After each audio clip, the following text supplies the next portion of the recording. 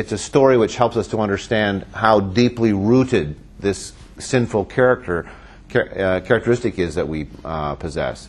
If that's so deeply rooted, then you have no problems reconciling that with the goodness of creation in Genesis? No, because I think we are capable of overcoming. We're capable of overcoming that. That refrain that appears in Genesis repeatedly, and God saw that it was good, and God saw that it was good.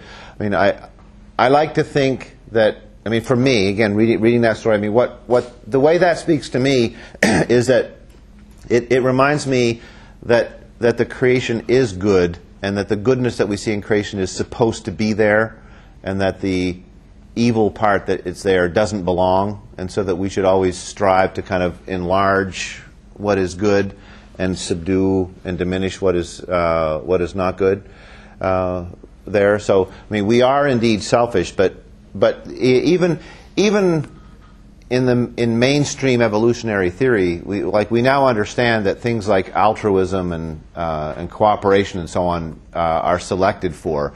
So even the processes that have produced selfishness have also produced altruism in us, and so that we are capable, at our best, of being very good members of our species.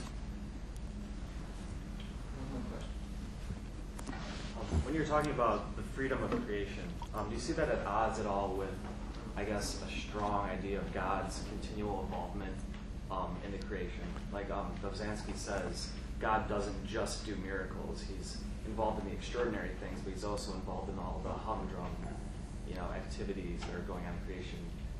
Kind of an Augustinian view that God's continually sustaining the world and everything that's going on. Do you see those two ideas at odds? Well, I mean that's the problem of divine action and providence and God's relationship to the world. I mean that's a very, very difficult question.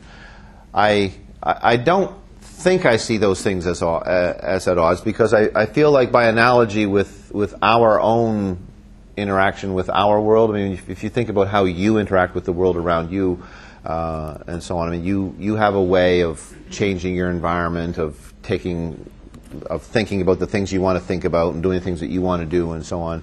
And you can be very, very involved in those things without having to completely control all of those things. And so if we kind of enlarge that metaphor, God is a more powerful and omnipresent creature, but it just seems to me God can be intimately involved in everything that's going on without necessarily coercively manipulating all of the details there. But I mean, divine action is a real challenge, and there's nobody has produced a compelling model for divine action that once it's explained, everybody nods their head and says, "Oh, that's how that works." So.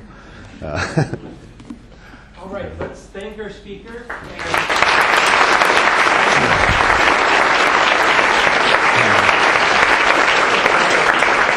And if you have a compelling question, you feel free to come on down. I think we have some time.